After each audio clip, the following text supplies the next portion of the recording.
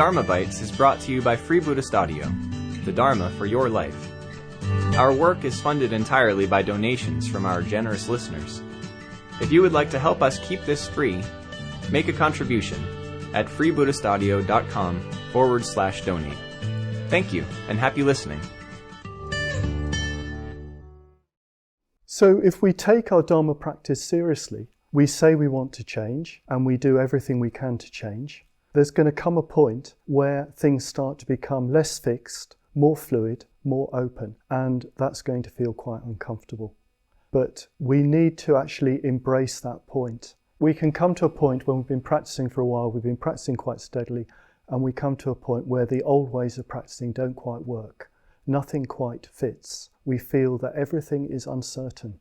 We don't quite know what's going on. We don't know quite how to proceed. We don't want that usually. We don't want that. We want things to be fixed. We want things to be certain. But what we need to see is that it's those moments of uncertainty, those moments of anicca, of impermanence, that are the key to freedom. They're the key to a more open sort of consciousness where everything is less fixed, more fluid, less rigid, where our consciousness starts to loosen up.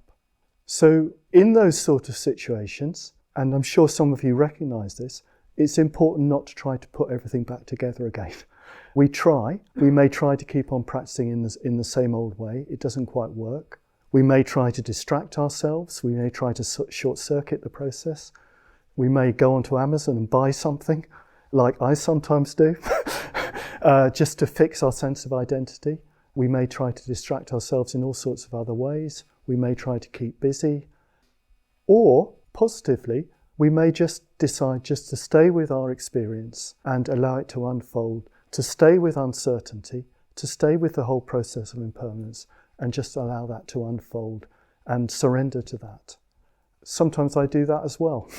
And if we do that, things start to open up and our practice changes and it goes deeper.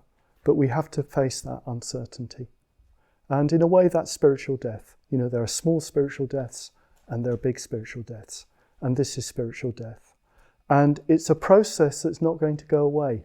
It's going to happen again and again. And if we can face it once or twice, it becomes easier and we begin to have confidence in that process.